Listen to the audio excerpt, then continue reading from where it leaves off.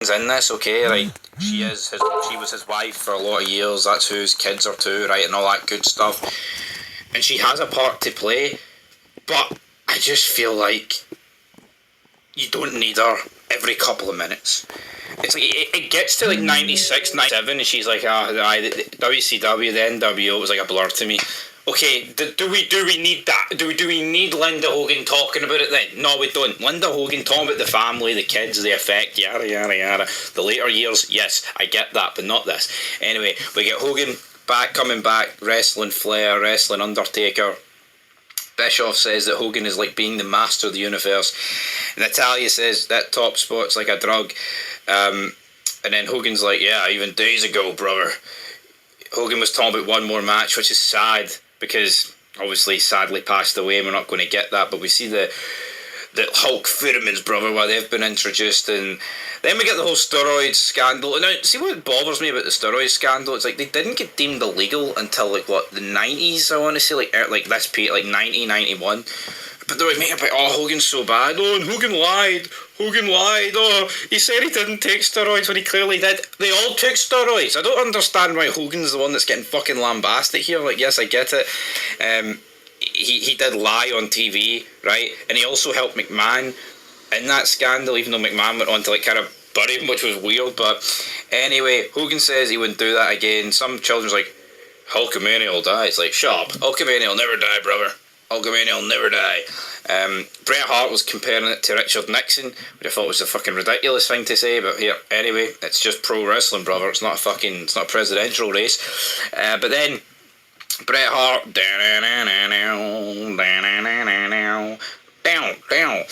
Hogan's like, I was stunned, I was blown away. Nobody could be Hulk Hogan. He says he was Elvis Presley. I was the Robert De Niro of wrestling. Hogan points out that Bret ain't it. No one tunes in to Bret.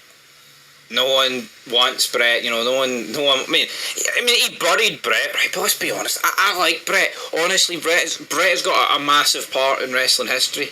That's undeniable. We can't dispute that about Bret Hart. But he's no Hulk Hogan, and there's no disrespect there because that's just fucking reality. But Bret here bitching, you know, I made a fid on this like 6 weeks ago, but Bret's comments, and Hulk comes back on WWF TV, he's teaming up with Brutus Beefcake at Mania 9, and then Bret talks about the fact that Hogan didn't want to refuse his hand. Hogan's like, here, I don't remember that, maybe I was drunk or high, but I wouldn't have done it intentionally. He's like, but back then, I had stroke in the company, I did this, I did that, me and Vince, we were bonded at the hip, brother. So Vince makes a call for Hogan to win the belt back. Bret was like, fuck you, you're a backstabbing, knife-wielding piece of shit. And again, to me that's just pathetic. Now, the Shoemaker guy turned around and said, oh, even as a kid, Hogan came off as a bad friend. Shut the fuck up, man, honestly. See, like, the rewriting of WrestleMania 9, it's actual insanity, because even in this clip where they show you where Yokozuna beats Bret, Hogan comes out, Bret's like, go get him, brother. And then Hogan goes in, beats Yokozuna, drops the leg, Mean Gene. 1, 2, 3. The crowd's going ballistic. Let's not fucking pretend it wasn't. The crowd was going ballistic, okay?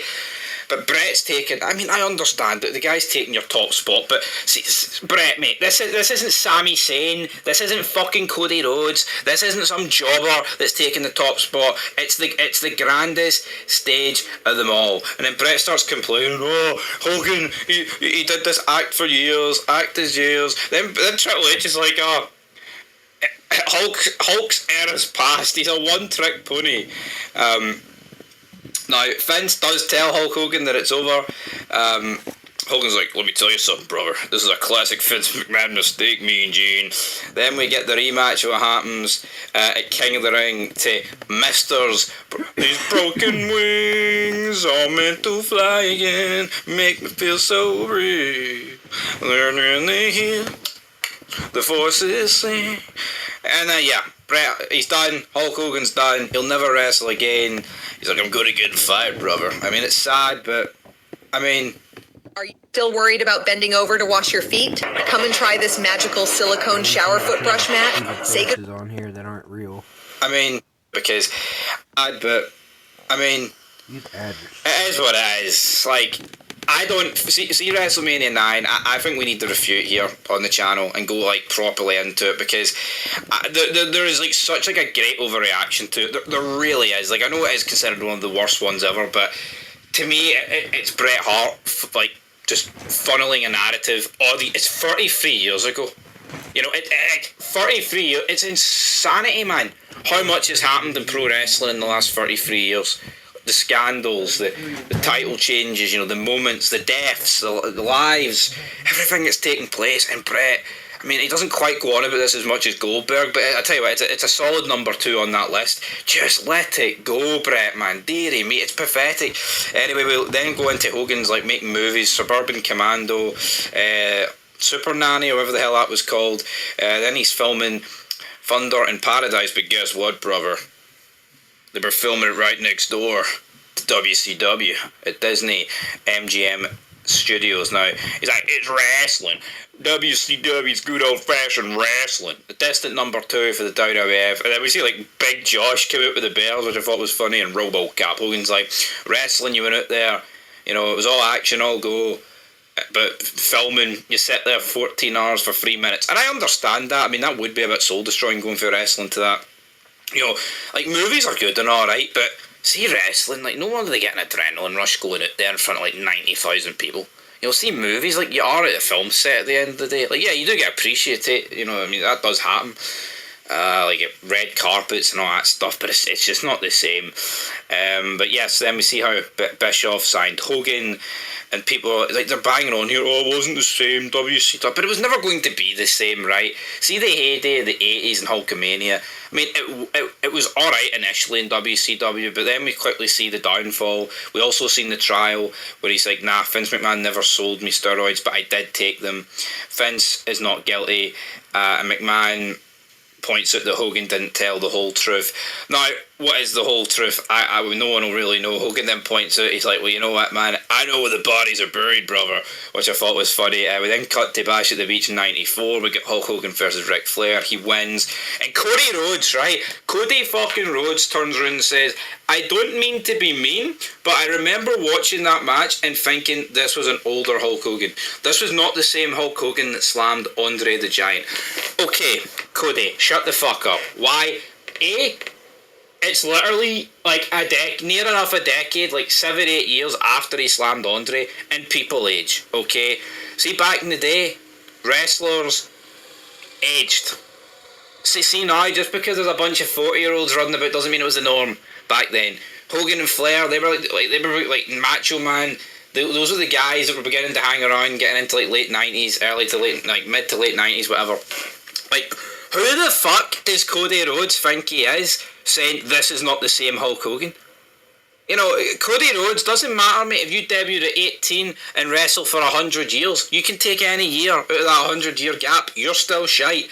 See, Hulk, doesn't matter if it's Hulk Hogan in 1979 wrestling green as hell, or Hulk Hogan wrestling in TNA in like 2013 barely able to walk. It does not matter. Any version of Hogan shits all over the top of Cody Rhodes. Cody, I mean, this is actually insane. Oh, this is not the same Hogan that slammed Andre. I don't want to be mean. Shut the fuck up. Older Hulk Hogan, reel it in. Cody Rhodes, you're a bum. You'll never amount to anything, no matter how much WWE forces down your throats. Your ratings are whacking. Again, I didn't like that. Almost blaming Hogan coming back in like 93 for the ratings. Oh, yeah, because the ratings were historically high in 94, 95. No, it's actual insanity, right? But yeah, we see Hogan begin to get more booze, and that did happen, that's undeniable. Then we see the Outsiders. We get Kevin Nash and Scott Hall. This was epic, you know, and it was brilliant. And then he points out Nash when he's like, he saw Hulk Hogan making money, he's like, fuck it, maybe I could. And then we get the whole Bash at the Beach stuff, which is epic. Bischoff's like, this was brilliant, never seen it before in wrestling. It was some gangster stuff. And it was. Cody Rhodes, like, oh, I remember the energy. But why is Cody Rhodes playing such a big part in this? Like, Cody, mate, just leave it be. So we all know the story. Outsiders versus WCW. Hogan comes out. Heenan's like, could he be the third man? Gets in, drops the leg. Me and Jade tell this crowd to shut up. What you're looking at, brother, is the New World Organization of Wrestling. Or the New World Order. I think he did say organization, didn't he? But anyway, it doesn't really matter, does it? It got changed the New World Order anyway. Mean Gene gets a fucking Something hits his nose, he's bleeding. Cody's like, oh, it felt like his innocence was lost. Shut up, mate. Shut up. You've ruined the innocence of wrestling with your mediocrity over the last couple of years, son. Anyway, we then cut to 1997. At this point, Linda's on about... Linda Hogan, by the way, was on about, oh, Hogan was wrestling, I have to handle the kids. Who fucking cares, by the way? Oh, Hulk Hogan was main eventing pay-per-views, leading the NWO, selling out, smoking raw in the reigns, making money, hanging out with Dennis Rodman, you know, being, once again, getting on top of the wrestling world, Hollywood Hulk Hogan. And Linda's like, oh, I had to raise the kids. Whoop-de-fucking-do. Hulk Hogan's raking in the money, you know, cementing his place even further as like the GOAT at this point, and Linda's complaining because she has to take the kids to school. Well, Linda, how about you, you know, spread NWO on the belts? How about you slam Andre the Giant? How about you drop the leg on Macho Man? And then maybe we can actually have a conversation. Booker then points out that Hogan was maybe going through a midlife crisis, which I thought was funny. We then get to 1999. He gets surgery done on his knee. Then he wants to be the president, brother. And you know what, man? This ran for 3 months. I've never really watched this period of Nitro, so I think this would be good. And then we get Nash joking about the finger poke of doom. I mean, this is a joke, and it did really kind of spiral out of control for WCW at this point, but this was funny. Vince Russo then joins WCW, brother. Russo wanted to fire over everyone over 40. He's like, he started doing Fagger on a pole match. He's like, he was the poison, final nail in the coffin. WCW dies. We then see March 2001. Vince McMahon buys it. All this epic stuff. Linda then seen more of Hogan. Then one day, brother. Oh, brother. Phone call for Vince and Kennedy McMahon. I need you to come home, brother. Then what we get is Hulk Hogan versus The Rock at WrestleMania. We get the match, and what I loved about it, I mean, obviously this match is phenomenal. Cody Rhodes says it's the greatest wrestling match ever, which, I mean, here, it's right up there. It's definitely in the debate, no mistake about it. Phenomenal match. Hogan points out the fact he was on a lot of drugs going into this in order to get the match done. Got to say fair play to him. It's phenomenal. WrestleMania 18 was phenomenal. I mean, honestly, man, it would legitimately near bring tears to your eyes how thunderous that reaction was for Hogan, that night, the night after, and then when he put the red and yellow back on with Voodoo Child. Phenomenal, man. It's phenomenal. Some guy called Greenberg says he was a mark for his own character. So what? Oh, Linda's like, he got lost in his own character. So fucking wet, man. So fucking wet. We then saw a bunch of quick clips of the next week's, you know, the RNC, fans chanting, fuck you, Hogan, the reality show, Brooke crying, 6'2", brother, all that shit. And then Jimmy Hart's like, that's your reality check. And that is the end of episode 3. I'm looking forward to episode 4. I think this is the best one yet. I'll give it a 9 out of 10. Loved it. I loved going through like the WCW years, WrestleMania 9, the end of WCW, and the match against Rock. I love the way it intertwined with the match with Andre, by the way. Just phenomenal, man, honestly. If you've not watched this, I really suggest you do. It will give you more. It will make you, it will range your emotions. You'll be happy, you'll be sad, you'll even be angry, but you will love it for what it is. Regardless of what your opinion is on the guy and Brett and McMahon and all that shite, you will love this. I fully recommend you watch it. It's a 9 out of 10 for me. Looking forward to episode 4. Till next time, peace, brother.